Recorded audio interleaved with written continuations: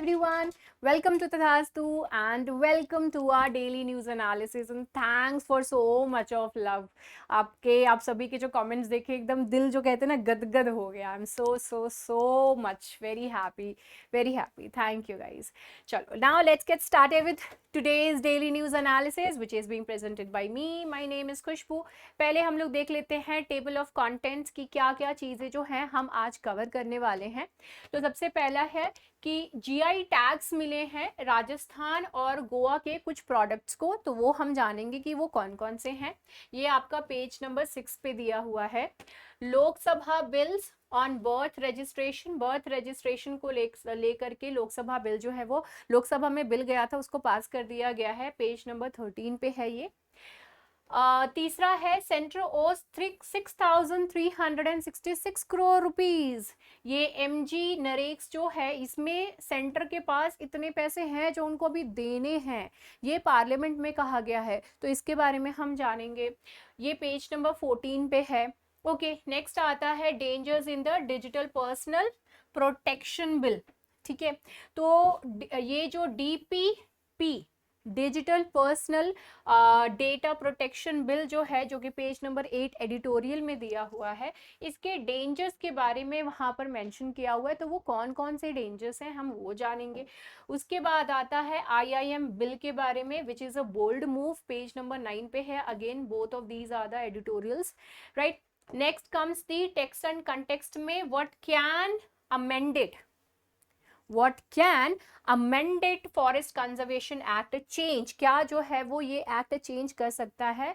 ये text and context का part है पेज नंबर 10. तो इसके बारे में भी हम आज की क्लास में पढ़ेंगे. ये सारे के सारे टॉपिक्स, जो भी टॉपिक्स होते हैं वो आपको पहले ही बता दिया जाता है. तथास्तु का अपना टेलीग्राम चैनल है वो, एंड एक टेलीग्राम में ही करंट अफेयर्स के लिए स्पेसिफिकली चैनल है तथास्तु का ही. वहीं पे ही आपको पीडीएफ भी मिल जाएंगे, वहीं पे आपको वीडियोस के लिंक भी मिल जाएंगे. एंड ये कौन कौन से टॉपिक्स मैं उस दिन कवर करने वाली हूँ with the page numbers that is also being shared over there only. तो आप जो है वहाँ उसको ज़रूर ज्वाइन कर लीजिएगा. नेक्स्ट आता है, आप यहाँ पर देख सकते हैं कि हमारा पराक्रम बैच स्टार्ट हो चुका है. यू कैन ज्वाइन दिस, या फिर आप हमारे फ्रीडम बैच को ज्वाइन कर सकते हो. और ये फ्रीडम बैच 15 अगस्त से स्टार्ट हो रहा है. 15 अगस्त है तो उस दिन से स्टार्ट होगा. ठीक है, इसके अलावा एनसीईआरटी बैच जो है वो भी चल रही है, तो you can join that as well. Apart from that आपको इन्फॉर्मेशन कहाँ से मिलेगी? You can call on these numbers, या फिर tathastuics.com पे आप विजिट कर सकते हो. And from there only you can get the complete details, या फिर आप हमारे ऑफिस पे भी आ सकते हो. ओके, चलिए, so let's get started with the very first topic of the day, that is GI tags given to crafts from Rajasthan. Rajasthan के कुछ क्राफ्ट्स हैं और मैंगोज जो कि गोवा के हैं, वहाँ पर उन सभी को जो है कुछ प्रोडक्ट्स हैं और भी जिनको कि जीआई टैग मिले हैं. ठीक है, यहाँ पे ना सबसे पहले मैं आपको ना इनकी इमेजेस दिखा देती हूँ कि कौन कौन सी चीज़ों को टैग मिला है. ठीक है, सबसे तो है जालेसार धातु शिल्प, ये राजस्थान का, इसको मिला है. इसके अलावा गोवा का मानकुराद मैंगो, इसको जीआई टैग मिला है. ये दो हैं. इसके बाद आता है आपका गोवा का बेबिनका. ये जो डेजर्ट है ये वहाँ का फेवरेट डेजर्ट है, सबसे फेमस डेजर्ट है. इसको भी जीआई टैग मिला है. इसके अलावा उदयपुर कोफ्तागढ़ी मेटल क्राफ्ट है. मेटल के ऊपर आप देख सकते हैं कि क्राफ्टिंग करी गई, कितनी सुंदर सुंदर कलाकारी है. इसको भी जीआई टैग मिला है. इसके अलावा आता है बीकानेर काशी डाकरी, दिस काशी डाकरी क्राफ्ट, तो इसको भी जीआई टैग मिला है. This one which you can C. And apart from that ये जोधपुरी बंधेज क्राफ्ट है, इसको भी मिला है. बंधेज क्राफ्ट इसको इसलिए बोलते हैं, बंधेज बांध करके इसको जो है वो बनाया, जिसको कलर्स किए जाते हैं. ठीक है, कलरिंग करी जाती है इसको. ये the wherever you can see the white, उसको अच्छे से बांध करके रखा जाता है. एंड बाकियों को जो है डिप किया जाता है in the different colours. And जब इसको ओपन करते हैं तो ये कपड़ा जो है इसी तरीके से रहता है. And these are very light sari, बहुत ही जो है वो लाइट साड़ी रहती है. ये बहुत ही सुंदर और लाइट साड़ी है. इसके अलावा you can see over here is the Bikaner Usta Kala craft. ये दोनों ही उस्ता कला क्राफ्ट है. हियर यू कैन सी ये कैमल के ऊपर इसको बनाया हुआ है. कैमल जो है उसके ऊपर इसकी डिजाइनिंग करी गई है। और यहाँ पर देखो कि इनके हेयर को कट करके you can see over here कि एक पर्सन है जो कि घोड़े की सवारी कर रहा है, और यहाँ पर आप हनुमान जी को देख सकते हैं, ठीक है, जो पर्वत लेकर के है आ रहे। So that is the one. Okay, तो यहीं पे ये उस तरह बंजी दिस ये बीकानेर का जो है वो इसके ऊपर लिखा हुआ है। सच अ ब्यूटीफुल वन। कितना ज्यादा पेशेंस रहता होगा, और एनिमल भी इतनी देर तक पता नहीं कैसे बैठा रहता है। इसके अलावा ये भी जो है this is also the Bikaner Ustakala, that is also being done, and ये मेटल के ऊपर है। अब इनके बारे में जो है हम थोड़ी सी डिटेलिंग देख लेते हैं, जो कि इस न्यूज़ पेपर, इस जो न्यूज़ आर्टिकल है इसमें दिया गया है, ठीक है। बहुत सारी इंफॉर्मेशन जो है इसमें दी गई हैं, तो that we will be covering now. तो दिस जालेश्वर धातु शिल्प जो कि मेटल क्राफ्ट है। इसके अलावा गोवा का मनकुराद मैंगो, गोवन बेबिन का, दिस बेबिन का, उदयपुर का कोफ्तगारी, दिस कोफ्तगारी मेटल क्राफ्ट। उसके बाद बीकानेर काशीदारी, दिस काशीदारी क्राफ्ट, जोधपुर का बंधेज क्राफ्ट। इन सभी को जो है क्या मिल गया है, जीआई टैग मिल गया है। जीआई टैग मिल गया है तो इसका मतलब क्या है, ये वहीं के ही है।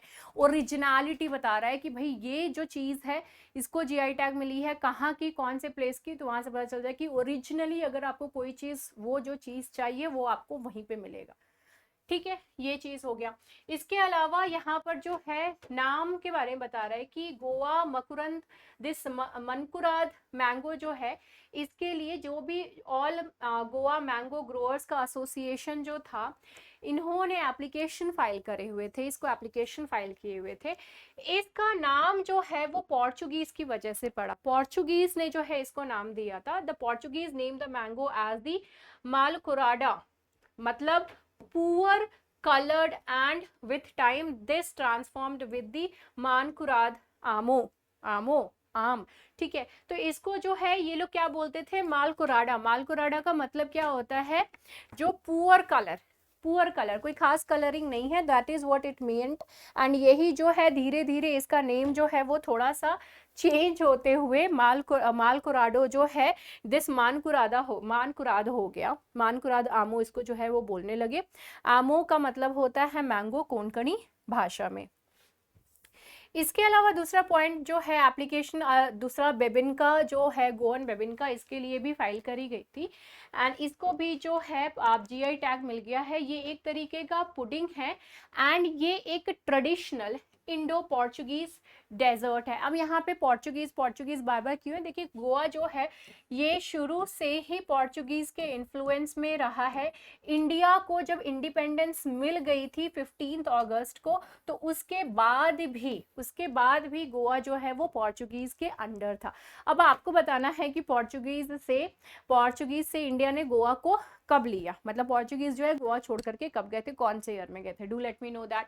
एंड उसके बाद जो है वो इंडिया का पार्ट बन गया, राइट। इसको क्वीन ऑफ गोवन डेजर्ट्स के नाम से भी जाना जाता है, किसको, गोवन बेबिनका को। अब जैसलमेर जो कि एटा डिस्ट्रिक्ट में आता है, यहाँ जो कि कैपिटल था मगध किंग जरासंध जो थे उनका ये क्या था, जालेसर इसका कैपिटल था, इनका कैपिटल था। And over 1200 small units are engaged in making the Jalesar Dhatu Shilp. जालेसर धातु मतलब मेटल, ठीक है, उसके ऊपर जो शिल्पकारी करने के लिए 1200 छोटे छोटे यूनिट्स जो है वो है। इसके अलावा पॉइंट ये है, this place is known for making the decorative metal craft as well as the brass ware also. The Jalesar place only, Jalesar के बारे में ही बात कर रहे हैं। और भी जो 4 डिफरेंट मटेरियल्स, डिफरेंट चीजें हैं जिसको जीआई टैग मिला है, ठीक है। Udaipur Koftgari metal craftsman practices the ancient art of Koftgari. ये जो कोफ्तगारी जो है ये एंशिएंट आर्ट है जो कि आज तक कंटिन्यू हो गई है, तो जो इतने सालों से, हजारों सालों से है, तो उसको जीआई टैग मिलना तो बनता ही है ना बॉस, ठीक है, राइट। एंड इसको जो है एक तरीके से ऑर्नामेंटल वेपनरी जो चीजें हैं उसको ऑर्नामेंटेशन, उसको सुंदर जो है एक्सिक्यूट तरीके से, उसको ब्यूटीफुल मतलब ब्यूटीफुल तरीके से डिजाइन करना। अब ये जो कोफ्तगारी है आप यहीं पे ही देख लीजिए, उदयपुर कोफ्तगारी क्राफ्ट, इसको देख करके ही कितना अच्छा लगेगा, कितना सुंदर लगेगा कि वाह क्या कारीगरी है, कितना गजब का राजा है कि इसके पास इतनी सुंदर सी वेपन के कवर्स है ना। Now, the complicated process of etching, design, heating and then cooling intertwined with the process of embedding. So, gold and silver wire, इसमें जो क्या है गोल्ड एंड सिल्वर वायर लगाया जाता है इस मेटल में, उसको मेल्ट करना है क्योंकि जब तक उसको पिघलेगा नहीं तो उसके ऊपर डिजाइनिंग कैसे करेंगे, क्या करना, कितनी हीटिंग करनी है क्योंकि और भी तो डिजाइन है वो ना खराब हो जाए तो बहुत सारा जो है वो टेक्निक उसमें रहता है। तो बहुत ही कॉम्प्लिकेटेड ये प्रोसेस है जिसको यूज किया जाता है in order to make the designs over there. Now apart from that, अभी जो दूसरा और जो दूसरे प्रोडक्ट है जिसको कि जीआई टैग मिला है, दैट इज दी काशीदकारी वर्क। ये जो है it is done majorly on the objects associated with the marriage. ये किसके ऊपर बनाया जाता है, उन चीजों के ऊपर जो कि मैरिज से एसोसिएटेड है किसी तरीके से, स्पेशली द गिफ्ट आइटम्स जो गिफ्ट दे रहे हैं आप मैरिज के लिए। And it makes use of mirror work also, Kashidakari, this one Bikaner Kashidakari craft, ठीक है। Next is the Jodhpur Bandhej, that sari which I have told you, sari and ये जो क्राफ्ट है ये this is the art of tying and dyeing, tie करके फिर उसको dye करना, फिर डिफरेंट कलर्स एंड जो डिजाइन्स हैं वो उसमें उभर करके आते हैं। बीकानेर उस्ता कला क्राफ्ट जो है जिसको गोल्ड नक्काशी भी कहा जाता है, गोल्ड नक्काशी वर्क और gold this Manotti work due to the prominence of gold color in the actual manner developed by gold in the previous period, and due to this only this craft has the longevity also because उसको जो है वहाँ पे gold को use करके उसको उतनी सुंदर तरीके से बनाया जाता है। आई एम तो जस्ट इमेजिनिंग कि इन सारी चीज़ों की कॉस्ट कितनी ज़्यादा होती होगी। The all of these must have been really very costly. सबसे ज़्यादा तो मेरे को यही लग रहा है, इसमें काफ़ी बारीकी वाला काम भी है एंड इसको जिस तरीके से बनाया जा रहा है definitely lots of money and hard work needed in order to have it, buy it and do it also. ये जो है आपके इंफॉर्मेशन के लिए है because this was really very good, इसको इसीलिए जो है मैंने उसमें टाइटल में नहीं आपको बताई थी, but this is for the information purpose because आजकल जो बच्चे हैं बूढ़े हैं सबको जो है हार्ट की इश्यूज, कार्डियोवास्कुलर इश्यूज जो है वो हर किसी को हो रहे हैं, तो you people need to know. लेकिन यहाँ पर मैं इस चीज़ को स्टार्ट करूँ उससे पहले आपको मैं इतना चीज़ बता दूँ कि never ever take any medicine on your own. आपको क्या करना है, आपको जो प्रिस्क्राइब्ड मेडिसिन बोलने का मतलब क्या है, डॉक्टर जो प्रिस्क्राइब आपको करते हैं उस चीज को आपको लेना है। आपको ऐसा कभी मत करिएगा कि भाई कहीं हमने पढ़ा है ये जो चीज है वो हेल्पफुल रहेगा तो आप अपने से जाकर के ले लो, ऐसा कभी मत करना। मेडिसिन का भी कॉम्बिनेशन होता है, क्या किस तरीके से कब लेना है ये सारी चीजें डॉक्टर से ही पूछ करके लेना, right. This is just for the information purpose. यहाँ पर ये कह रहा है कि एक सिंगल पिल जो है वो कार्डियोवास्कुलर डिजीज को बीट कर सकता है। बीट इन द सेंस यहाँ पे बीट नहीं, ऐसा नहीं कि होगा ही नहीं, बट अगर चांसेस हैं तो इनफैक्ट 40 to 50% जो चांसेस है हार्ट अटैक के, स्ट्रोक्स के, तो उसको जरूर ये कंट्रोल कर लेगा। यहाँ पर ये सलीम यूसुफ जी जो हैं ये एक कार्डियोलॉजिस्ट एंड रिसर्चर हैं मैकमास्टर यूनिवर्सिटी कनाडा में, एंड इन्होंने और भी लोगों ने जो है काफ़ी सालों तक रिसर्च किया है। 2000 में ही इन्होंने कहा था कि पॉलीपिल जो है ये पॉलीपिल विच कंबाइंड 2 और मोर ब्लड प्रेशर्स, यहाँ पे क्या कह रहे हैं कि ये जो पॉलीपिल है ये एक्चुअली बहुत ही ज़्यादा हेल्पफुल रहेगा in order to control the cardiovascular things, जैसे कि ये जो हार्ट अटैक आना एंड स्ट्रोक्स आना, इन सारी चीज़ों को काफ़ी हद तक कंट्रोल कर सकता है। ये काफ़ी टाइम से इस चीज़ के लिए वाउच कर रहे थे। So lots of studies were going on in सारी चीज़ों को लेकर के, एंड फाइनली WHO ने 3 फिक्स्ड डोज कॉम्बिनेशंस जो हैं वो बोल दिया है कि ले सकते हैं कार्डियोवास्कुलर मेडिसिन के तौर पर या फिर पॉलीपिल्स के तौर पे on it's revised model list of essential medicine list.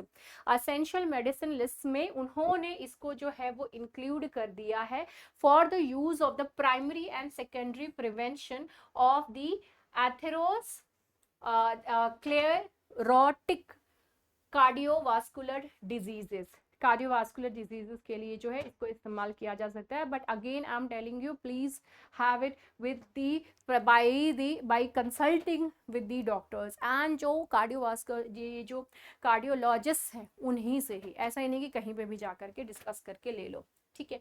तो यूज ऑफ पॉलीपिल जो है, इसको इन्होंने ये यहाँ पे जो है ये चीज कही गई WHO के एक्सपर्ट्स जो थे कि पॉलीपिल जो है इसका ये एसोसिएट कर रहे हैं with reduce risk of cardiovascular events. जो भी जैसे अटैक आना, स्ट्रोक्स आना, इन सारी चीज़ों को ये काफ़ी हद तक रिड्यूस कर देता है।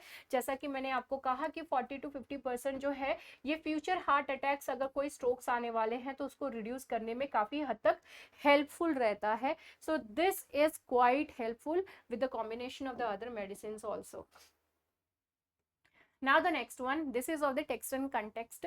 What can amended forest conservation act change? जो फॉरेस्ट कंजर्वेशन एक्ट है जिसको कि अभी अमेंड किया गया है, तो इस पे ये क्या कर सकता है, तो वो कंसर्न यहाँ पर है। देखो, जब भी आप यूपीएससी की प्रिपरेशन कर रहे हो तो सिर्फ पॉजिटिव ही नहीं, उसके नेगेटिव पॉइंट्स भी आपको पता होने ज़रूरी है, क्योंकि आपको बोल सकते हैं क्रिटिकली एनालाइज, है ना।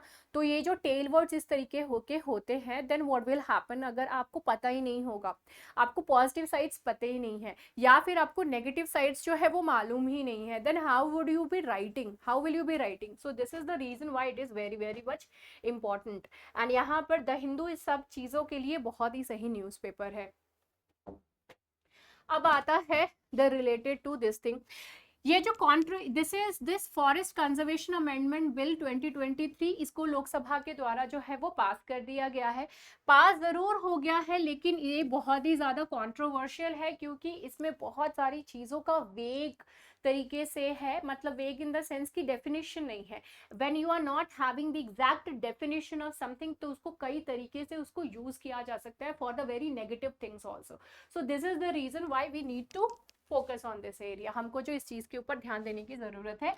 एंड इसको एकदम वो कहते नहीं है हड़बड़ी में जो है इसको पास कर लिया गया है, जो प्रॉपर एक तरीका होता है कि पार्लियामेंट में कोई बिल पेश करी गई है, उसके बाद जो है उसको रजामंदी के साथ इसको कमिटीज में भेजा जाता है, एंड कमिटीज जो है फिर उसके ऊपर पूरा फुल टू अच्छे तरीके से स्टडी करती हैं, एंड उसके बाद प्रोज एंड कॉन्स निकालती हैं, and we are suppose to work on that, and then उसको जो है फिर से प्रेजेंट करके, फिर अगर पास होना होगा तो होगा with by the voting, whatever means, जिस भी तरीके से होना है, एंड देन लेटर ऑन जो है फिर उसको राज्यसभा में सेंड करके वहां पे अगर पास हो गए तो फाइनली एक्ट बन जाती है।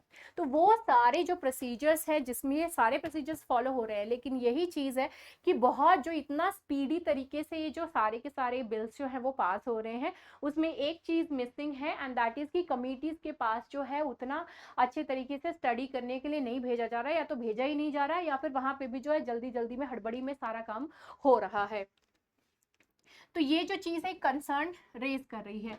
ये जो बिल है, it aims to restrict conservation scope, exempt border lands for strategic projects and allow some non forest activities as well. अब यहाँ पे एक तरीके से ये द्वार खोल रही है, it is opening the doors for the non forest activities. कोई भी नॉन फॉरेस्ट एक्टिविटीज है, कुछ भी हो सकता है, ठीक है, उन सारी चीजों को करने के लिए स्ट्रेटेजिक प्रोजेक्ट्स की यहाँ पर बात कर रहे हैं। वो स्ट्रेटेजिक प्रोजेक्ट्स कौन से हो सकते हैं, कितने एरिया का, क्या होगा, क्यों होगा, कब होगा, कैसे होगा, ये स्ट्रेटेजिक प्रोजेक्ट्स क्या हैं, उसका स्पेसिफिक डेफिनेशन क्या है, we don't have all that, right. ये सारी चीजें जो हैं, और ये जो एग्जेम्पशन देना बॉर्डर लैंड का कि आप वहां पे जाकर के इस तरीके की पोस्ट जो है बना सकते हो, ये सारी चीजें क्वेश्चन रेज कर रही हैं यहाँ पे। एक जॉइंट पार्लियामेंट्री कमेटी जिसमें कि 32 मेंबर्स थे, दोनों ही हाउसेस, पार्लियामेंट के दोनों ही हाउसेस से, यानी कि राज्यसभा एंड दी लोकसभा, वो सभी, और जो दूसरे पार्टीज के जो लोग थे, सारे ही पार्टीज के जो लोग थे, वो सभी इस जॉइंट पार्लियामेंट्री में था, and it was referred to this joint parliamentary committee only. Joint parliamentary committee थी, नाम से ही आपको पता चल रहा होगा, ज्वाइंट पार्लियामेंट्री कमेटी। तो एक कमेटी है जो कि ज्वाइंट पार्लियामेंट में दो ही हाउसेस है, राज्यसभा एंड दी लोकसभा, तो वही उन्हीं की ही ज्वाइंट कमेटी एक तरीके से बना दी गई, ठीक है। यहाँ पर अब बोल रहा है कि किस तरीके से जो बिल है वो रेस्ट्रिक्ट करता है स्कोप ऑफ एक्ट को, किस तरीके से। ये जो बिल है it stipulates only those lands that were notified as the forest. अब जो है जिनको भी एज अ फॉरेस्ट डेजिग्नेट कर दिया गया है ये उन्हीं के ऊपर जो है ये लागू होती है। ये जो एक्ट है सिर्फ उन्हीं के ऊपर लागू होती है। एंड ये फॉरेस्ट किसके अंतर्गत इनको मेंशन होना चाहिए, that is the forest act of Indian forest act of 1927। तो ये जो फॉरेस्ट एक्ट है इसके अंतर्गत वो फॉरेस्ट के डेफिनेशन में आना चाहिए, तो उसके ऊपर ये लागू होगा। एनी अदर रेलेवेंट लॉ और वो recorded as forests in the government records will be acknowledged as forest under this act as well. कोई भी ऐसा गवर्नमेंट रिकॉर्ड है या फिर कहीं पे भी किसी भी लॉ के अंतर्गत भी अगर किसी एरिया को फॉरेस्ट की डेफिनेशन दी गई है कि ये फॉरेस्ट है तो उसको भी फॉरेस्ट माना जाएगा इसके अंतर्गत। ठीक है, ये सारी चीजें करी गई। But the thing is that बहुत सारे जो स्टेट्स है इस चीज में बहुत ही लेजी रहे हैं इन ऑर्डर टू डिफाइन कि कौन सा एरिया जो है वो फॉरेस्ट है और कौन सा नहीं है, राइट। सुप्रीम कोर्ट का एक जजमेंट आया था 1996 में and there it had said that ये जो फॉरेस्ट है ये इंक्लूड करता है सारे के सारे land, all land recorded as such in the government records regardless of ownership as well as deemed forest which are not officially classified as the forest but satisfy the definition, the dictionary meaning of the word, any large area with the significant tree cover, undergrowth and undergrowth. तो यहाँ पर ये जो judgement थी ये बहुत important judgement है बेटा लोग, ये जो है बहुत इंपॉर्टेंट है। ठीक है बच्चे, इसको ध्यान में रखिएगा। यहाँ पे क्या है 1996 का सुप्रीम कोर्ट का ये जजमेंट है एंड इसमें ये कह रहा है कि जो फॉरेस्ट है, सुप्रीम कोर्ट ने क्या कहा था कि फॉरेस्ट क्या है, वो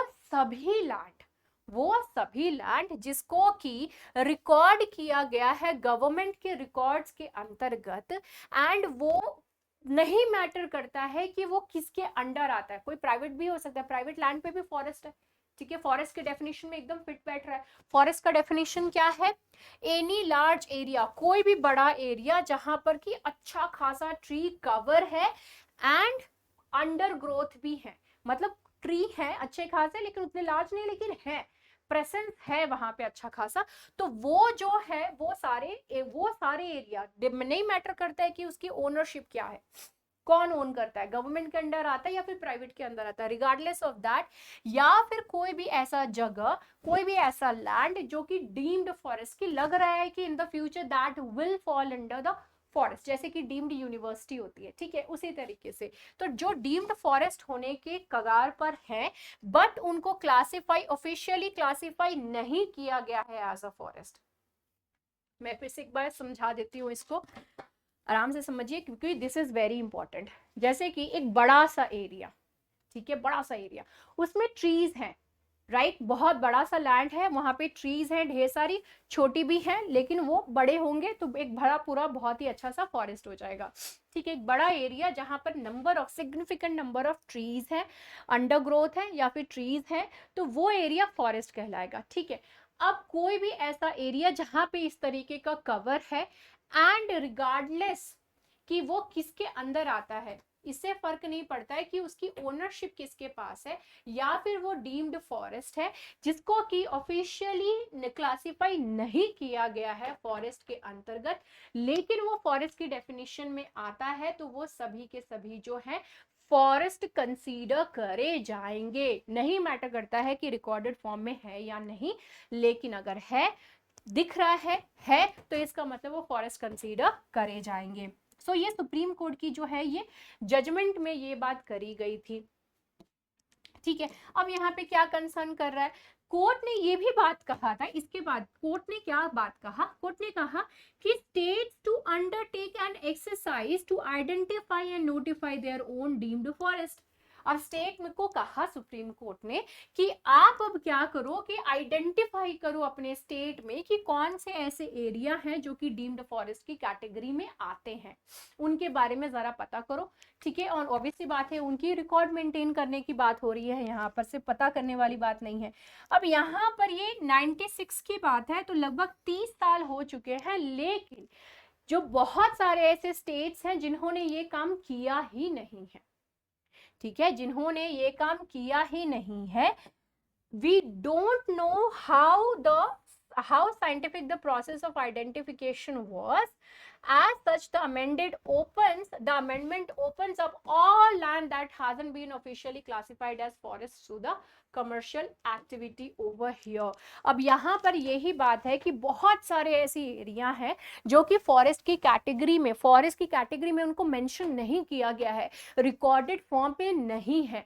तो जब वो रिकॉर्डेड फॉर्म में नहीं है तो इसका मतलब क्या हुआ, उसको कमर्शियली वो फॉरेस्ट की कैटेगरी में नहीं है, मेंशन ही नहीं किया, क्योंकि इस अमेंडमेंट में तो यही दिया हुआ है ना कि जो फॉरेस्ट की कैटेगरी में आ रहे हैं जिसको कि मेंशन किया हुआ है, ठीक है, रिकॉर्डेड फॉर्म में किसी लॉ के अंतर्गत या फिर किसी भी तरीके से रिकॉर्डेड फॉर्म में है गवर्नमेंट के अंदर, या फिर फॉरेस्ट एक्ट के अंतर्गत आता है, फॉरेस्ट एक्ट 1927 के अंतर्गत आता है एज अ फॉरेस्ट वन, उसको मेंशन है। ठीक है, तो वो सारे के सारे फॉरेस्ट माने जाएंगे। लेकिन जो है ही नहीं मेंशन, जिसका कुछ है ही नहीं, खाता में मेंशन ही नहीं है, देन व्हाट, फिर क्या होगा? जैसे कि आपने किसी को उधार दिया, राइट, लेकिन आपने अपने खाते में तो लिखा ही नहीं भाई कि उसको आपने इतने पैसे उधार दिए।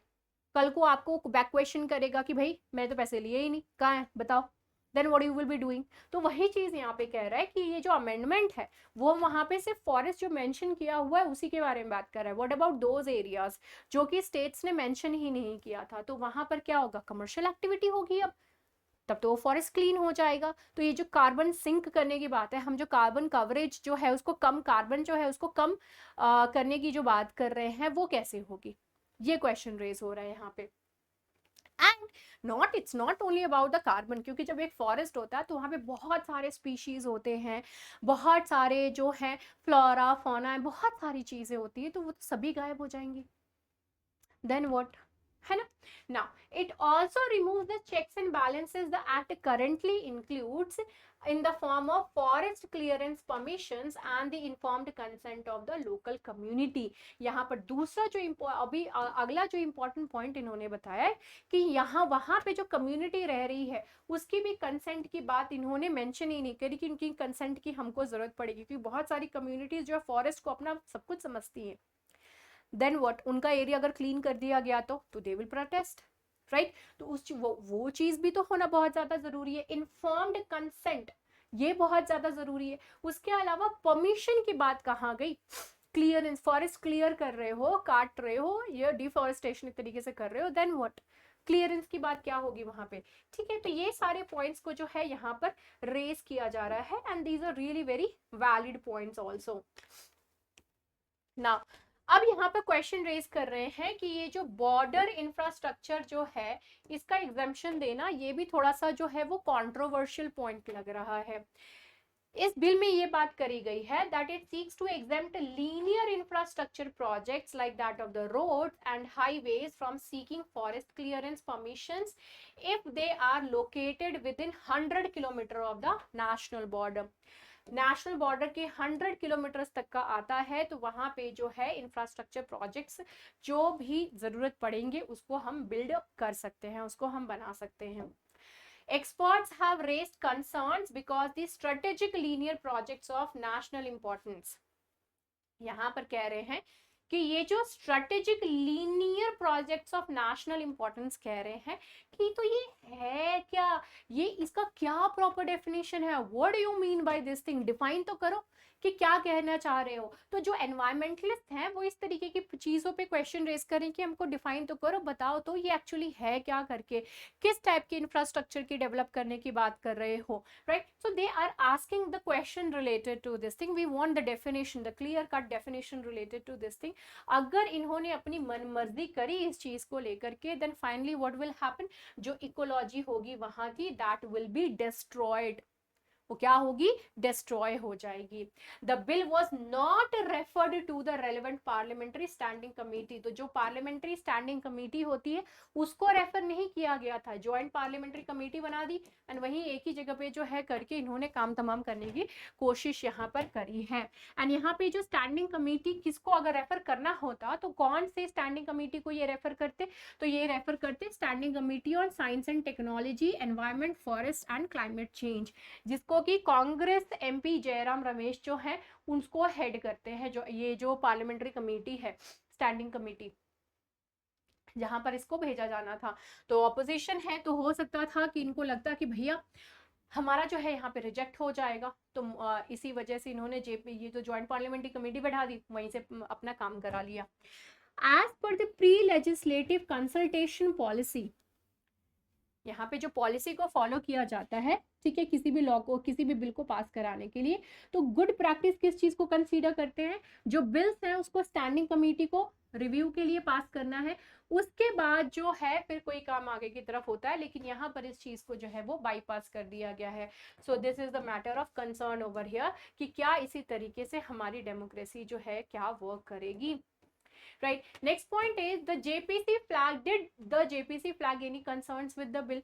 ठीक है, यहाँ पे ज्वाइंट पार्लियामेंट्री कमेटी इन्होंने बैठा दी, तो क्या इन्होंने किसी तरीके का कंसर्न जो था उसको रेज किए थे? Did they do that? Did they do that? उन्होंने ऐसा कुछ किया है कि नहीं?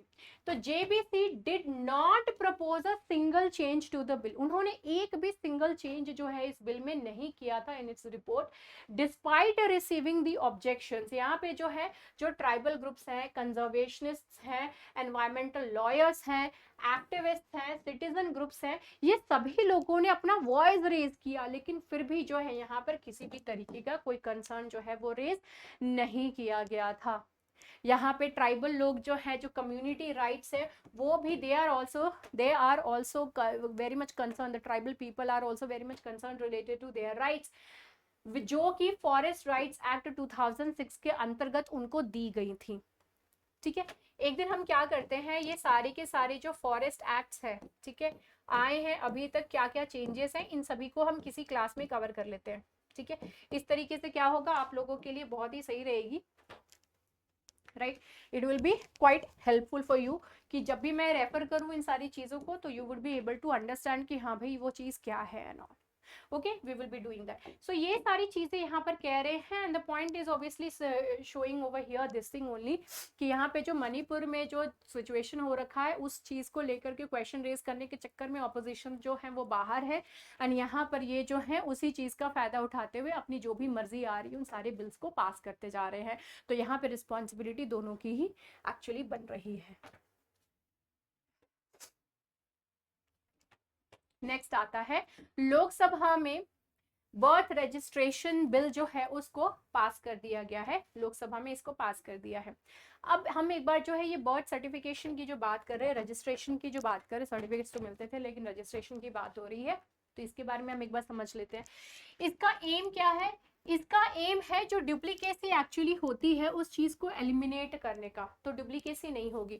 तो जो मल्टीपल डॉक्यूमेंट्स होते हैं, डेट और प्लेस को, date of place, date and place of birth, जो आपकी जन्म का स्थान है उसका प्लेस एंड डेट जो है उसको प्रूफ करने के लिए, तो ये जो मल्टीपल डॉक्यूमेंट्स प्रेजेंट करने की जरूरत पड़ेगी, तो उस चीज को एलिमिनेट करने की बात यहाँ पर कह रहे हैं कि एक डिजिटल प्लेटफॉर्म है, वहीं पे सारे डेट्स अपडेटेड रहेंगे, उसी के अकॉर्डिंग जो है सारा काम होगा।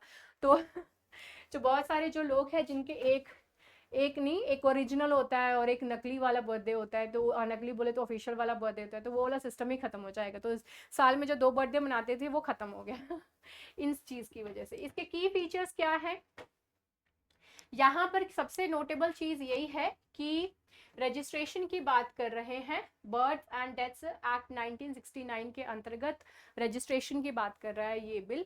यहाँ पर क्या होगा, रजिस्ट्रार जनरल, ये जो it establishes the position, एक position registrar general India, and this will be responsible for issuing the general guidelines regarding the birth and death registrations. Birth and death registrations के लिए कौन जिम्मेदार रहेगा, किसी भी तरीके का क्या किस तरीके से करना है उसकी गाइडलाइंस के लिए, तो रजिस्ट्रार जनरल जो है वो इसके लिए रिस्पॉन्सिबल रहेगा। It mandates creation of national and state level database, national level पर और स्टेट लेवल पे डेटाबेस क्रिएट करने की बात कर रहा है, जहां पर कि बर्थ एंड डेथ्स के जो रजिस्ट्रेशन है वो सारी चीजें होंगी and the database will be updated also, उसको इस तरीके से रखा जाएगा ताकि उसको अपडेट भी किया जा सके। States are obliged to digitally register births and deaths on the center's civil registration system. CRS portal जो है, सेंटर्स सिविल रजिस्ट्रेशन सिस्टम, ये जो पोर्टल है यहाँ पर डिजिटली रजिस्टर करने की बात कर रहा है बर्थ्स को एंड डेथ्स को। मेडिकल इंस्टीट्यूशंस के पास ऐसा चीज होना चाहिए that they will be providing the certificate specifying the cause of death to the registrar के, कि रजिस्ट्रार को मेडिकल इंस्टीट्यूशन के पास एक ऐसा सर्टिफिकेशन होना चाहिए, ऐसा सर्टिफिकेशन देने की अनुमति होनी चाहिए, they must be doing this thing, जिसमें कि वो स्पेसिफाई करेंगे कि डेथ हुई भी तो है तो किस वजह से हुई है, what was the reason behind that, एंड वो रजिस्ट्रार को इस चीज के बारे में बता सके। तो ये जो इसके कुछ की फीचर्स हैं। एप्लीकेबिलिटी यहाँ पर क्या है कि डिजिटल बर्थ सर्टिफिकेट होगा तो उसी चीज को यूज करके आप एडमिशन ले सकेंगे एजुकेशनल इंस्टीट्यूशंस में, ड्राइविंग लाइसेंस आपको मिल सकेगा, government jobs, passports, Aadhaar, voter enrolment and जो मैरिज रजिस्ट्रेशन होती है, ये सारी चीजें आप आसानी से कर सकेंगे क्योंकि everything is available digitally and the things can be done very आराम से। इसके अलावा क्या है, जो सेंट्रलाइज्ड डिजिटल सेंट्रलाइज्ड रजिस्टर रहेगा तो इसकी वजह से इफेक्टिवनेस एंड ट्रांसपेरेंसी मेंटेन रहेगी, ठीक है, delivering the public services and the social benefits over here. Apart from that the database will synchronise with the national population register NPR and ration cards and property registration records also. तो ये जो database है इसको use किया जाएगा NPR में भी, इसके अलावा राशन कार्ड देने के लिए भी, इसके अलावा प्रॉपर्टी रजिस्ट्रेशन रिकॉर्ड्स जो होते हैं उसके लिए भी इस डेटाबेस को यूज किया जाएगा, क्योंकि आपका बर्थ सर्टिफिकेट हर जगह मांगते हैं, हर जगह जरूरी पड़ती है, राइट, तो that can be used in every way and this is the reason why AIMIM के जो नेता हैं उन्होंने कहा कि ओवैसी जी ने कहा कि भाई ये तो एक तरीके से बैकडोर NPR है, though whatever it is, but the date of birth is required everywhere, so this is being done. Additionally, it will streamline the registration process. ये registration process जो है उसको भी easy कर सकेगा। किस चीज की registration? Adoption की, child to be adopted, orphaned, abandoned, surrendered and surrogate children also. इन सभी के लिए जो है database maintain करना भी बहुत ही ज्यादा आसान हो जाएगा। नेक्स्ट हमारा टॉपिक है, it is related to the MG-NREGA। Okay, MG-NREGA में तो centre owes 6,366 crore rupees in MG-NREGA wages to its states to 18 states union territories. 18 states और यूनियन टेरिटरीज को जो है ये ओ करता है। अब यहाँ पे जो यूनियन रूरल डेवलपमेंट मिनिस्ट्री जो है उन्होंने पार्लियामेंट में ये बात बताया कि हमारे ऊपर कर्जा है भाई, इतना पैसा जो है वो एक्चुअली हमको देना है, एंड ये किसको देना, Mahatma Gandhi national rural employment guarantee scheme MG-NREGA जो है उसको स्टेट्स को देने हैं, जिसमें कि अभी देखो MG-NREGA में 14.42 करोड़ अभी क्या है, एक्टिव यूजर्स हैं, ठीक है, active users I mean to say workers हैं 14.42, लगभग 14.5 करोड़ लोग हैं जो कि इसके अंतर्गत काम कर रहे हैं। यहाँ पर इन्होंने कहा कि वेस्ट बंगाल के सबसे ज्यादा हैं जिनको पे करना है, 2,770 करोड़ रुपीस जो है वेस्ट बंगाल को देना है, लेकिन वो वेस्ट बंगाल को इतना अमाउंट जो है वो रिलीज नहीं कर रहे हैं। अब ये रिलीज क्यों नहीं कर रहे हैं, तो उसके पीछे का रीजन ये है कि ये जो गवर्नमेंट है वेस्ट बंगाल जो है वो एक्चुअली नॉन कंप्लायंस है। जो भी डायरेक्शंस आपको सेंट्रल गवर्नमेंट ने ये पॉइंट एकदम क्लियर कर रखा है कि हमने जिस तरीके से बोला है अगर आप उस तरीके से इम्प्लीमेंट करेंगे then only you will be getting the money. तो यहाँ पर बंगाल ने वो काम नहीं किया है, तो इसी वजह से दिसंबर 2021 से क्या हो रखा है, यहाँ पर जो उनको पेमेंट नहीं दी जा रही है। यहाँ पे इसी चीज को लेकर के जो है वो क्वेश्चन भी रेज किया गया था कि कि भाई इतना सारा पैसा जो है वो क्यों। तो 7,700 करोड़ रुपीस की जो यहाँ पर बात है, सेंटर को पेमेंट करना है वेस्ट बंगाल को। एंड यहाँ पर जो ज़्यादातर अमाउंट जो है वो इसी नॉन कंप्लायंस की वजह से ही नहीं हो पा रहा है, जिसमें कि 18 स्टेट्स और यूनियन टेरिटरीज हैं जिनके पैसे जो हैं वो रोके गए हैं। एंड इसको सेक्शन कौन से के अंतर्गत, सेक्शन 27, एमजी नरेगा सेक्शन 27 के अंतर्गत जो है उनको पैसे नहीं दिए जा रहे हैं। इसके अलावा जो है जो वेजेस की जहाँ तक बात आती है, तो मनरेग्स में क्या है कि the disbursement of daily wages shall be made on weekly basis. Weekly basis पे जो है इनको पैसे देने की बात करी गई है सेक्शन 3 सब क्लॉज 3 में, ठीक है, ये बात यहाँ पे कहा गया है। और in any case not later than a fortnight, fortnight का सिचुएशन नहीं आना चाहिए, वीकली बेसिस पे या तो 15 दिन के अंदर जो है इनको पैसे मिल जाना चाहिए, जिस दिन जो वर्क डन हो गया था उसी के ही साथ साथ। लेकिन यहाँ पर ऐसा नहीं हो पा रहा। आप खुद सोच लीजिए 2021 से जो है वो पैसे गए नहीं है, तो किस तरीके से जो है यहाँ पर काम हो रहा होगा। ना ये सारी सपोज कि पेमेंट जो है वो रिलीज नहीं हो रही है, तो किस तरीके से आगे का काम होगा। तो पैसे से ही सारे काम आगे की तरफ हो रहे हैं, पैसे ही नहीं मिल रहे हैं तो वर्कर क्यों काम करेंगे। जहाँ से सामान लेकर के काम हो रहा है, कॉन्ट्रैक्टर करा रहा है, तो वो सामान देने के लिए क्यों रेडी होगा जब गवर्नमेंट ही पैसे नहीं दे रही है। गवर्नमेंट रिलीज करेगी भी तो कब रिलीज करेगी कुछ अता पता ही नहीं है, क्योंकि ऑलरेडी जो है तरीके से टसल चल रही है स्टेट एंड सेंटर के बीच में। तो how all these things will be done. तो अगर किसी तरीके की डिले होती है तो जो भी मटेरियल कंपोनेंट पे आउट होते हैं, जो लोकल वेंडर्स होते हैं, ये सप्लाई रॉ मटेरियल की सप्लाई जो करना है, तो दे आर वेरी मच रिलेक्टेड कि हम क्यों दे भाई, पता नहीं आप जो है कब तक पैसे दोगे। तो ये सारा जो है वो इम्पैक्ट होता है, जिसकी वजह से जो वर्क साइकिल है वो ब्रेक हो जाती है। So this is what the actually creates the problem over here. ये एमजी नरेगा के बारे में यहाँ पर दिया गया है, आप सभी को तो पता ही होगा एमजी नरेगा क्या होता है। एमजी नरेगा जो है इसमें 100 डेज ऑफ वेज एम्प्लॉयमेंट दिया जाता है, 100 कम से कम। सो यहाँ पे 125 दिन तक का जो है एक्सटेंड करके, एंड आपको जो है वो अनस्किल्ड मैनुअल वर्क में आपको दिया जाएगा। अगर नहीं होता है तो उसके बिना पर आपको पैसे दिए जाएंगे, बिकॉज वर्क नहीं दिया जा रहा है। एंड यहाँ पर जो ये प्रोवाइड करते हैं ग्रीन और डिसेंट वर्क, ये प्रोवाइड करते हैं। Social audit of MNREGA is very much mandatory over here, so that accountability और ट्रांसपेरेंसी जो है ये सारी की सारी मेंटेन रखी जा सके। नेक्स्ट हमारा टॉपिक आता है, it is related to the DPP, ठीक है। यहाँ पे जो डीपीपी जो है, डीपीडीपी, ओके डीपीपी बोल रही हूँ, तो डीपीडीपी क्या है, digital personal data protection bill को जो है यहाँ पर लेकर के क्वेश्चन रेज करे गए हैं, काफी सारी पॉइंट्स जो है यहाँ पर बोले गए हैं। तो यहाँ पर बेसिकली पॉइंट यही कहा जा रहा है कि किसी भी तरीके, देखो मैं ओवरऑल का अगर आपको मुझे क्रक्स बताना हो, तो यहाँ पे अगर मैं क्रक्स बताऊं तो बहुत ही सिंपल सा और थोड़े ही चीजों में जो है ये सारी की सारी कवर हो जाएंगी, ठीक है। क्या पॉइंट है यहाँ पर, देखो यहाँ पर जो गवर्नमेंट है वो कह रही है कि पर्सनल डेटा किसी का भी जो है वो रिलीज नहीं किया जाएगा। नाउ यहाँ पे क्वेश्चन रेज हो रहा है कि भैया व्हाट अबाउट दी आरटीआईज, क्यों अगर हम ये जो राइट टू इन्फॉर्मेशन की बात करते हैं तो बहुत सारी ऐसी चीजें होती हैं जिसमें कि पर्सनल इन्फॉर्मेशन की जरूरत पड़ती है in order to know about that person कि वो करप्शन कर रहा है या नहीं कर रहा है, या फिर कुछ भी जो है वैलिड रीजन की वजह से, तो वहाँ पे पर्सनल इन्फॉर्मेशन जो है वो नहीं दिया जाएगा। तो फिर कैसे होगा, क्योंकि यहाँ पे सीधे सीधे बोल रहे हैं कि नहीं होगा।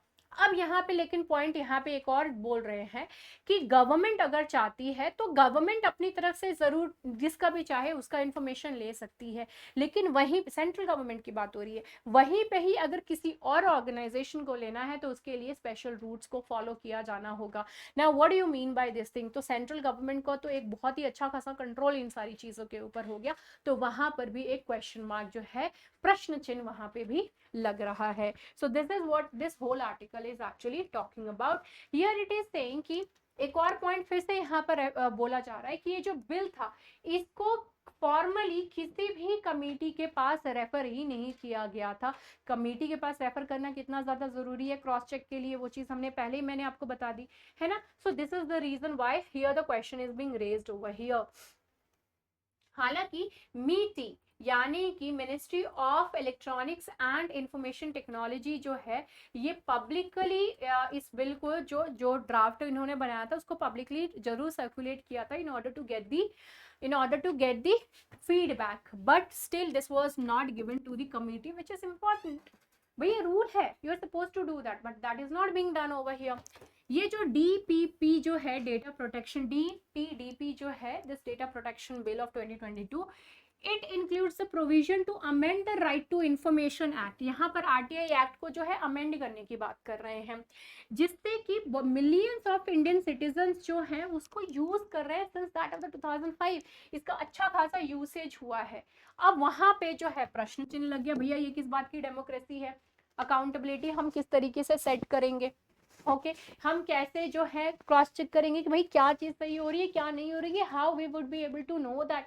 आरटीआई एक हमारा हथियार है, तो उसकी जो है आप एक तरीके से बिना दांत वाली चिड़िया बना दे, बिना दांत वाला जो है मगरमच्छ बना दे रहे हो, राइट। सो अब क्या फायदा होगा उस चीज का, है ना।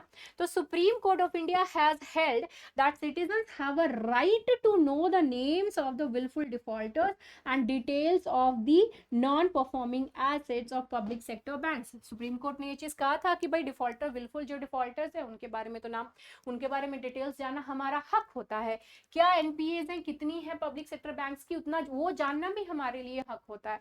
तो ये जो चीजें हैं ये तो गई, क्योंकि आप पर्सनल इंफॉर्मेशन तो किसी की ले नहीं पाओगे।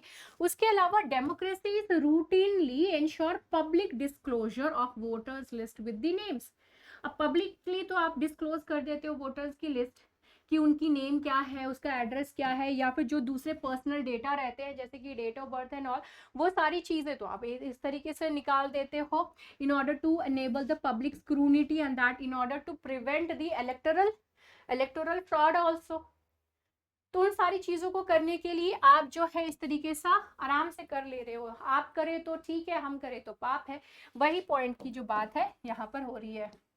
तो इट्स लाइक जुमला बन गया ये तो भाई, वाह वाह वाह वाह अपने आप में ओके तो यही बात यहाँ पर ये कह रहा है कि जो आरटीआई है इसका यूसेज से बहुत सारे जो पुअर है और जो मार्जिनलाइज्ड लोग हैं उनको काफी फायदा हुआ है, because this had been issued, this has been filed. इसको एवरी टाइम एंड नाउ जो है इसको बार बार अप्लाई किया गया था in order to get the detailed information related to a lot many government schemes and welfare programmes and all, and इन सारी वो डिटेल्ड इन्फॉर्मेशन के तौर पे जो है वो सारी चीज़ें हो पाई हैं। तो ये आगे किस तरीके से कंटिन्यू हो पाएगा अगर इस तरीके से डेटा प्रोटेक्शन बिल जो है वो लेकर के आते हैं। तो यहाँ पर एग्जांपल दे रहे हैं जैसे कि PDS system, PDS control order की अगर बात करें तो it recognises the need for putting out the details of ration card holders.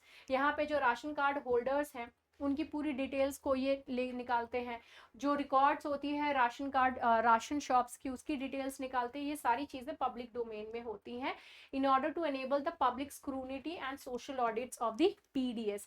अब ये अगर जो कंप्लीट डिटेल्स है राशन कार्ड होल्डर्स की एंड राशन शॉप्स जो है पीडीएस के अंतर्गत, ये इतनी डिटेलिंग में ये सारी चीज़ें नहीं आएंगी, name location phone and all ये सारी चीज़ें नहीं होंगी, address and all, then how the ये सोशल ऑडिट, ये जो सोशल ऑडिट एंड स्क्रूटिनी जो है वो किस तरीके से होगी।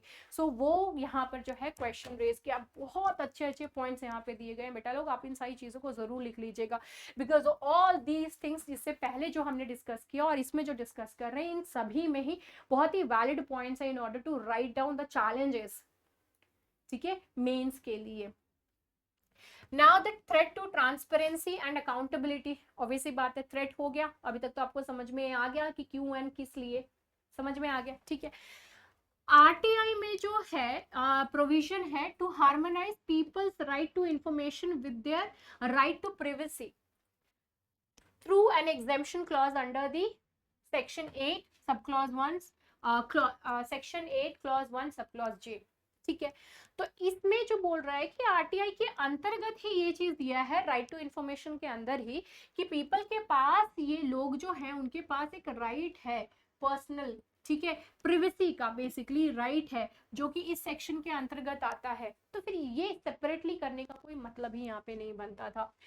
पर्सनल इंफॉर्मेशन किसी भी तरीके से डिस्क्लोजर से परे है and it has no relationship to any public activity और has no relationship to any public interest also over here. और if information sought is such that it would cause unwarranted invasion of privacy and the information officer is satisfied that there is no larger public interest that justifies disclosure. अगर जो information officer है उसको लगता है कि भाई इतना detailed personal information देकर कोई मतलब नहीं बनता है, तो उस चीज को डिस्क्लोज करने से वो मना कर सकता है. ये जो प्रिवेसी जो है वो अनवारंटेड इन्वेजन हो रही है, जबरदस्ती का किसी के बारे में जो है इंफॉर्मेशन निकालने की कोशिश हो रही है, तो वहां पर भी जो है उसको डिस्क्लोज करने से मना कर सकते हैं. जब इस टाइप की सारी चीज है तो क्या हमको इस तरीके की बिल की जरूरत है जहां पर कि आरटीआई को ही अमेंड करने की बात करी जा रही है. So all these things are being questioned over here. Next point बोल रहे हैं कि ये जो डीपी बिल है 2022 की, it proposes amendments to section 8 clause 1 subclause J in order to expand its purview and exempt all personal information from the disclosure. This threatens the very foundations of the transparency and accountability regime in the country itself.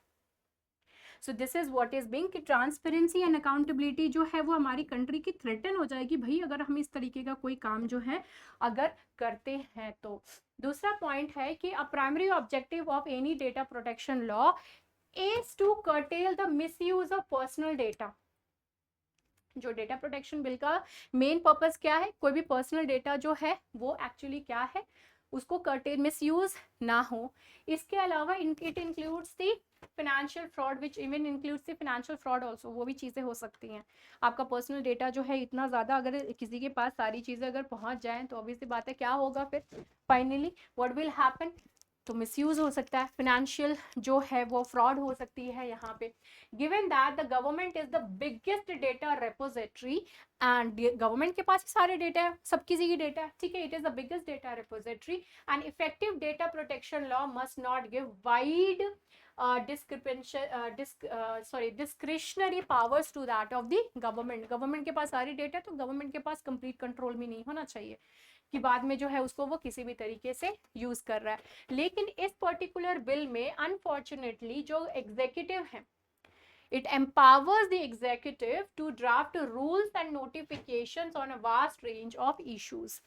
बहुत ही बड़े issues को लेकर के जो है vast range of जो issues है वहां पे रूल्स एंड नोटिफिकेशंस को लेकर के क्या कर सकते हैं, यहाँ पर एग्जीक्यूटिव्स जो हैं वो ड्राफ्ट लेकर के आ सकते हैं. अब यहाँ पे ये बात बोल रहे हैं कि जो सेंट्रल गवर्नमेंट है they can exempt any government or even private sector entity from the application of provisions of the law by merely issuing any notification. किसी का भी जो है वो इंफॉर्मेशन, किसी भी प्राइवेट सेक्टर एंटिटी का जो इंफॉर्मेशन है या फिर जो गवर्नमेंट है, जो भी गवर्नमेंट एंटिटी है, उनका कोई भी इंफॉर्मेशन देने से जो है वो मना किया जा सकता है जस्ट बाय नोटिफाइंग. एक नोटिफिकेशन लेकर के आ जाएंगे and this thing will be done. बस सिंपल सा, नहीं देंगे भाई, हो गया, निकाल दिया नोटिफिकेशन न्यूज़पेपर में. ये बात जो है वो बहुत ही बड़ी कंसर्न वाली बात है क्योंकि it is saying that this potentially allow the government to arbitrarily exempt its cronies and government bodies such as the UIDAI, resulting in immense violations of the citizens' privacy over here. All the data might be used in very, मतलब उसको जो है वो leak हो सकता है, कुछ भी हो सकता है, anything can happen.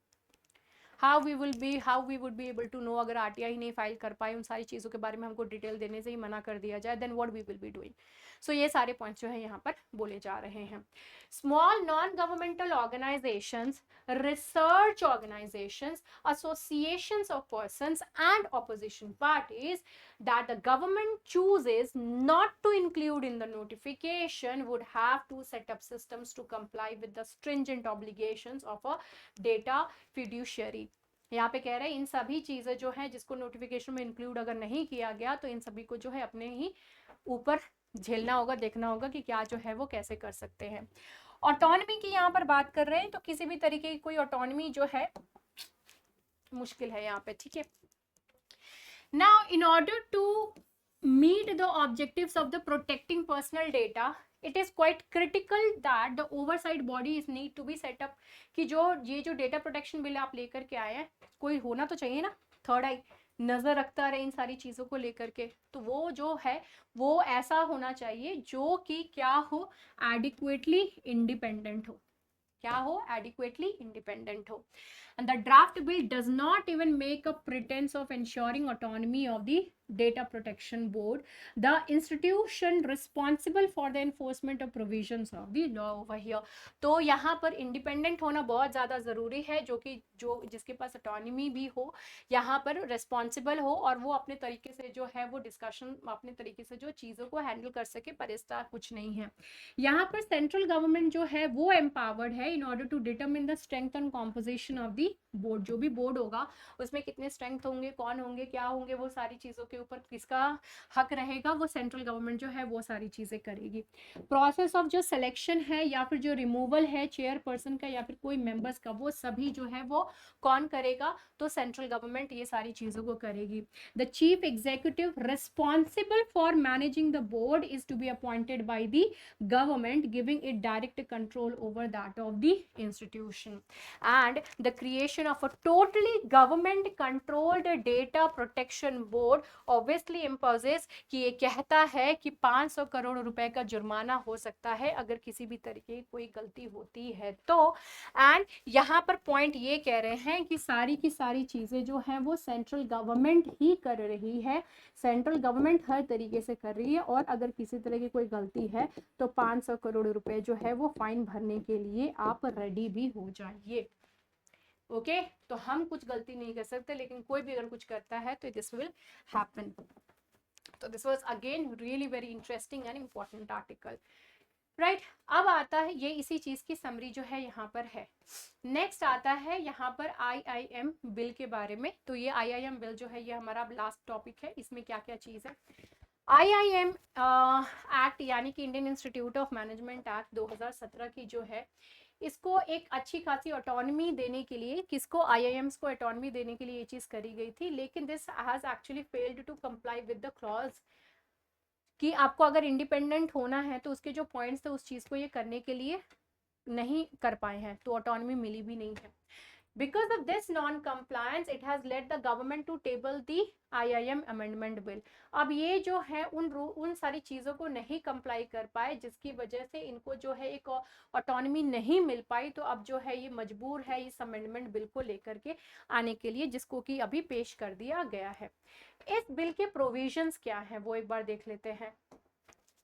The bill actually aims to undo the several provisions of 2017 Act which creating the post of the visitor। Visitor कौन? President of India। Now this visitor will have powers to appoint key positions। Visitor के पास जो power होगा जो भी key important positions है उसको appointment करने के लिए, एंड जो डायरेक्टर के अपॉइंटमेंट्स होंगे उसको अप्रूव करना, रिव्यूज को इनिशिएट करना, किसी भी डायरेक्टर को रिमूव करना, अपॉइंट करना, रिमूव करना, वो सारा काम जो है अब विजिटर का काम रहेगा। टर्बुलेंस क्या है IIM सिस्टम को लेकर के, अभी रिसेंटली ये चीज देखा गया है कि जो IIM सिस्टम है including the faculty and the alumni protests, legal battles and lack of the responsiveness has been seen, जिसकी वजह से इनका जो क्वालिटी है वो भी डिग्रेड हुआ है। एंड IIT जिस तरीके से, वैसे IIM भी बहुत ही अच्छे हैं institutes when it comes to the MBA, right. And इसकी वजह से ये जो 2017 एक्ट है इसको ये देखा गया कि भैया यहाँ पर जो सिचुएशन है उस हिसाब से ये एक्ट जो है वो एप्लीकेबल नहीं हो पा रही है, and it is quite not right also, so we need to amend this thing. Challenges क्या है IIM की ऑटोनॉमी को लेकर के, तो यहाँ पर अकाउंटेबिलिटी की जो बात है उस चीज को लेकर के क्वेश्चंस हैं, but with the board of the governors lacking sufficient oversight and accountability mechanisms, ये चीज यहाँ पर नहीं है। इसके अलावा एब्सेंस है की matters for the this exacerbated the situation also। अब यहाँ पर जो है एक तो ऑटोनॉमी प्रॉपर तरीके से नहीं, जब ऑटोनॉमी नहीं है तो कोई भी किसी भी तरीके से काम चलता रहेगा, तो इस तरीके की चीज़ें होंगी तो ऑब्वियस सी बात है कि चीज़ें गड़बड़ होते चली गई यहाँ पर। एंड यहाँ पे गवर्नमेंट कंट्रोल एंड अकाउंटेबिलिटी की जब बात आती है तो यहाँ पे जो government, the contrary to the idea of the governmental control over here, it is detrimental over here, state controlled universities in the California is there, IITs have performed well also. Government control की अगर बात करें तो California में universities है government के अंदर, वो अच्छा खासा परफॉर्म कर रही है, आईआईटी भी अच्छा खासा परफॉर्म कर रही है। गवर्नमेंट इंटरवेंशन जो है वो बहुत ज़्यादा ज़रूरी है in order to accountability, in order to restore the accountability. जब किसी की अकाउंटेबिलिटी ही नहीं रहेगी तो कोई भी किसी भी चीज़ में डायरेक्शन चलती रहेंगी, and this will definitely create a problem. okay, so this is the reason why it is needed over here, right? चलो, so this is it for today's daily news analysis। बड़ा सा लंबा सा सारी चीज़ें जो है एकदम डिटेल में कवर करते हुए हमने ये सारी चीज़ें आज कर ली। okay, so 2nd of August का daily news analysis covered. I hope you enjoyed it. Do give it a thumbs up and comment also if you are liking it, and do subscribe as well. Bye bye, take care and have a great time. Good night.